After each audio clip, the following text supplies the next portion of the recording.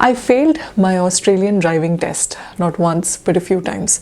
I thought I just wasn't cut out to pass my driving test or to drive around Australia. But now here I am. I got my full license and I am driving around Victoria. I'm driving around Melbourne. So this video is exactly about my journey, how I went from failing to finally passing the test. What are some of the critical things you need to keep in mind if you have your test tomorrow, for example. Also, for someone who is earlier in your journey, this video will tell you about these different stages that you have to keep in mind to convert your international license into your full license. So I do many more such videos about my journey in Australia, which could be helpful for prospective migrants, international students. So if you are interested, listen to this video till the end and make sure you subscribe as well. So let's move on to today's video. I think the first time that I failed, it was because I think I overestimated my skills and underestimated the rules and the traffic and everything here. I did a few lessons, but I did the mistake of selecting the Vic road, that is the busiest Vic road, and at the busiest time. And because I was not a seasoned driver, I've driven a few times back in my country and then took a few lessons here, but I was not obviously a seasoned driver and I didn't know, I haven't driven around a lot, but I still thought that I could do it, I could get it. I think I know I know how to drive, I can do it. But I think I got too nervous and I was asked to do a lane change on a 70 zone. I made a big blunder. I literally froze because I was so nervous and I ended up getting a horn from the traffic behind. So that was an instant fail.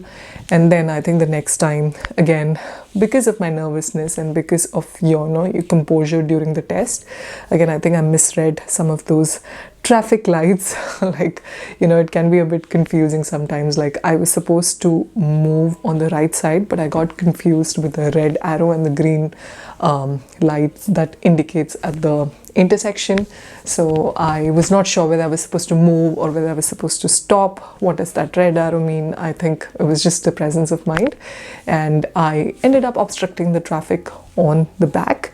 And because I was unsure, I think that was also a big mistake. And of course I did some blunders where I confused left and right. It is not a big blunders, but I think together all of it contributed to fail as well. So I think based on my mistakes or based on my journey, I have realized that confidence, practice makes a huge difference. I've got people telling me, it's just driving. What is the big deal? You don't have to be worried about it so much before my test. But I think that advice doesn't work always. You could be good at some things, but you could be equally bad at other things.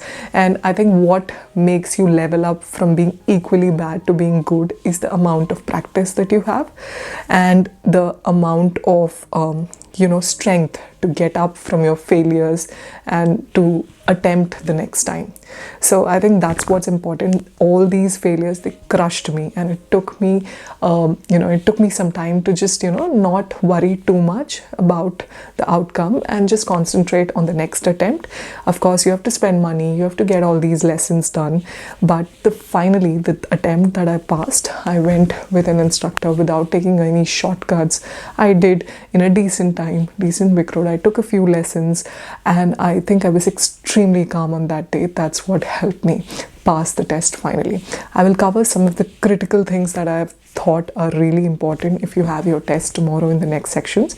But before that, let's cover the different stages of getting your Victorian driving license. I am going to talk in terms of Victoria because I know more about Victoria, but I think it's pretty much similar across all states of Australia. And I'll place the links to whatever I'm discussing in the description as well for you to check. Now, there are different rules based on where you are at right now, depending on age, depending on if you have already an international driving license, etc. There are some countries which are allowed a direct Australian driving license. Like if you've passed already in those countries, you can directly claim for an Australian driving license without going through all of these stages. So you can check if you belong to one of those countries. If you're from India and if you hold an international driving license which is more than 3 years old, then then this video might benefit you, because these are the different steps that you want to do.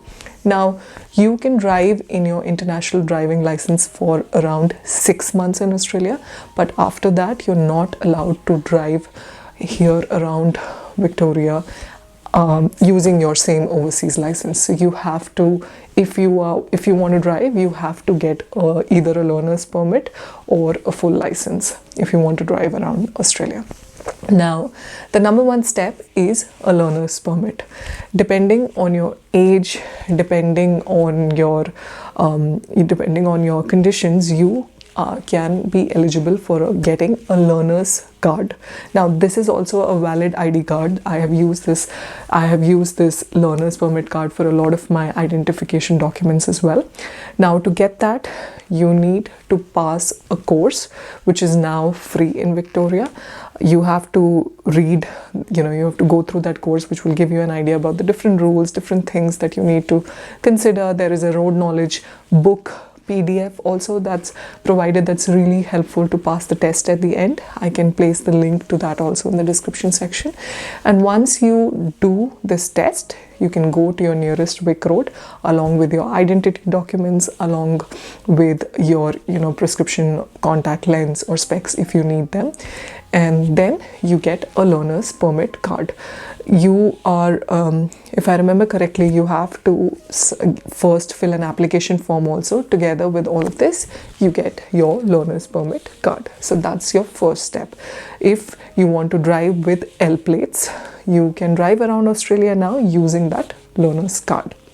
Now, there are certain rules for people who have not held licenses before, or people who belong to a certain age. They might have to go through additional stages, like you might have to get a P plate, red P plate, green P plate, and you might have to log these many hours of driving before you can get your full driving license.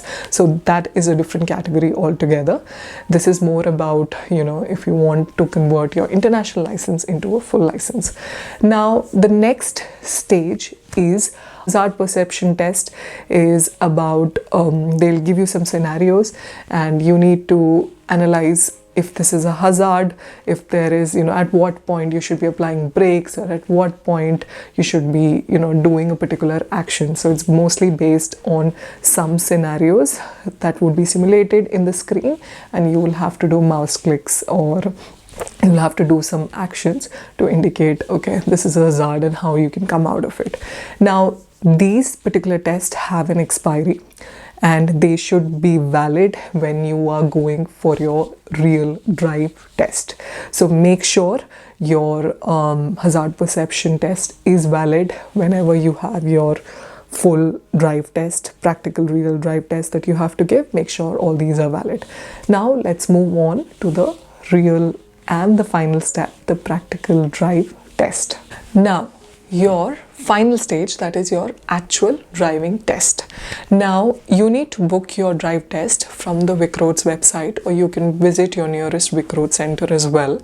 A disclaimer, they are not readily available, so you would have to do advanced booking if you're planning to take a drive test, provided you have finished all those previous stages that we discussed. Now, once you book your driving test, on the day of the drive test, it's split into two parts. The first part is the pre-drive check. Now, in the pre-drive check, you will have your instructor, whoever you've taken lessons with, or if you're doing it in your own car, it's a different procedure. You have to register your car, you have to take your permission. Someone with a full license might have to come with you. Now, provided you're doing with an instructor, you've taken a few lessons with them, your instructor will sit next to you, and your examiner, they will sit at the back. Now, the pre-drive check. That is the first stage in this drive test. They might ask you to see, if you know about the controls in the car and if you know where all the things are. Like, for example, put your hand on the rear demystifier, front demystifier, can you turn on the headlights, can you turn on hazard lights, you put your foot on the brake, and those kind of things they might ask you to do. And then they'll sit in the car and they will ask you to proceed now, drive further now. So you have to carefully listen to their instructions. Now, the actual driving consists of 2 stages. One, where they will ask you to drive around the low traffic zones. Now, they will ask you to drive inside the streets or inside the places where traffic is usually around 40, 50 or 60 maximum. And they might test you on your reverse parallel parking or 3-point turn. Now, here also there are different criteria that are given to your examiner. If you do critical mistakes, obviously you would be marked down and you might not proceed to the next stage. But if you do a few minor mistakes, that's still okay. But you shouldn't do any critical mistakes. Now, provided you did your 3-point turn, your maneuvering, everything perfectly, you then proceed to the next part, which is where they will ask you to, take the car to high traffic zones. Now, these could be 60, 70, 80 or more zones, where they'll check your lane changing capability. They'll check if you are following the speed limit in different parts of the road, how your car control is, how you are, what kind of things you're doing when changing the lanes, which are very important. Now, these are some of the things that they might mark you down. Again, if you do critical mistakes, it's an instant fail. If there are a few minor, it's still okay. After you've done this and after you've driven safely, you then take the car back to Vic Roads, where they will finally announce if you passed or failed the test. Depending on if you pass the test, you then go back to the center and they'll give you a sheet on some of the observations that you did. Even if you failed, they'll tell you what were the things that went wrong.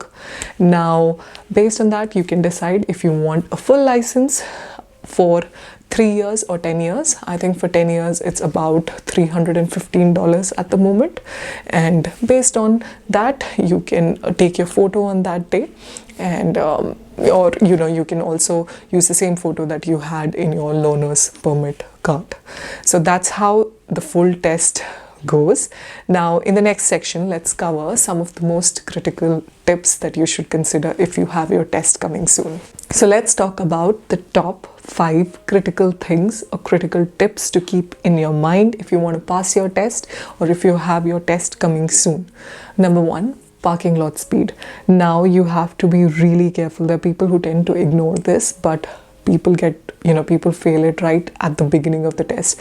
Normally, when you're doing these lessons, you would meet the instructor at a particular place, right? So you might not start off from Vic Roads parking lot exactly. So you tend to not practice that, or you tend to not practice around parking lots where the speed is just in 10 kilometers per hour. You can't go even a little bit over. So you have to keep in mind, I had to literally keep reminding myself to just touch the accelerator, basically just creep mode, just go as slow as I can to stick to that 10 kilometer per hour. So don't ignore this. Number 2 is your reverse parking, your 3-point turns, etc. You don't have to be perfect. Just focus on doing it. Now, across the internet, you will see many different ways in which you can do reverse parallel parking or a 3-point turn. Follow what works the best for you with minimal number of steps. If you can keep that in mind, keep that in mind, but try to do that with a calm way. You don't have to do like a perfect 3-point turn or a perfect reverse parking. You're not marked on that. Like, it can have slight variations or slight problems, but not critical mistakes. So don't focus too much on making it perfect. Number 3 is, now this is the number one failing reason, you have to go really overboard on your observation checks. Now what I mean by that is, every time you do a lane change, you do you're going out of the curb, you're signaling, you are going to a different road, you have to do a mirror signal head check. I repeated, I've written it down in my notes and stuff. I've repeated this to myself so many times on the day of the test as well. Mirror signal head check. You do a lane change, you first look at the mirrors, both the mirrors, you see there's no traffic. Whenever they've asked you to do a lane change, you look at the mirrors, you put the indicator, and then you do a quick head check, and only then you move. Now, when I say your observation checks have to be there, it's just not like a slight one. You have to go a bit overboard for the examiner to really see it. Now you have to do it, like you have to have like a proper, they should know that you're looking at the mirror. They should know that you're doing a quick head check. It has to be a quick one, but you have to do it. Now these are some of the things where most of the people fail. So you have to do it properly. Even if, like I would say, this was a tip that was given to me by my instructor and I still follow it. Like, you have to, whenever you're applying brakes as well, it's a good practice to look at the mirror just to see if there's any car behind you, just to be aware of that, and then you drive. So it's kind of, keeping that mirror always in the loop while you're moving out of the traffic, even if the road looks empty, even if, you have to take like a turn, make sure you look at the mirror, signal, do head check, indicators, all those kind of things. Go overboard with it. That's my most important advice that I can give you. The next tip is speed awareness. Be very sure of the speed limits that are there on the road. I know you have to have your eyes, and I remember being so frustrated. I have to do too many things, like you have to look at the road, you have to look at you have to drive, you have to do head checks, but that's how it is, right? You have to do all of this. You have to make your observation skills a bit stronger. So look at the roads for the speed limits. You can stay around -5 kilometers per hour, less than the actual speed limit. That can help you, and try not to go beyond 1 kilometer per hour, otherwise there could be an instant fail. So stick to the speed limit and the different kinds of signs on the road. Now the other tip, I think people fail for this as well, stop sign. If it is a stop sign on the road, or if it is a give way, try to follow that. Roundabouts, try to follow the rules. For a stop sign, you can't have the car rolling. It's a complete stop. 1001, 1002, 1003, you look both sides and only then you move. So it's a complete stop. So these are the 5 things that you can implement when you are practicing, and that you can implement on your test day as well. Mindset and motivation. Failing doesn't mean that you are a bad driver. It just means you've not learned the language of the test yet. You can do it. You can succeed over failures. It's just a few things, a few observation checks that you have to keep in mind. The only reason that I could pass after failures is because I treated it like a normal day.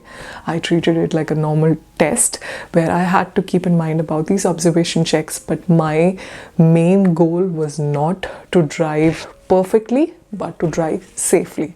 I wanted my examiner and my instructor to be safe, and I treated them like normal people. I think that's what finally helped me to pass the test. So I hope this video was helpful. If you are someone who are attempting after many attempts, I wish you luck. And if you want to share your experience of passing the test after all these failures, that could be motivating to others as well, put it down in the comments. If there are people who are experts, who have some valuable tips to give to other people, you can put those down in the comments as well. Let me know how your journey has been. I hope this video was helpful. Thank you so much for listening. Then shared in this video is based on personal experience and research. If you enjoyed the video, like, share and subscribe. Keep watching, keep listening and continue learning.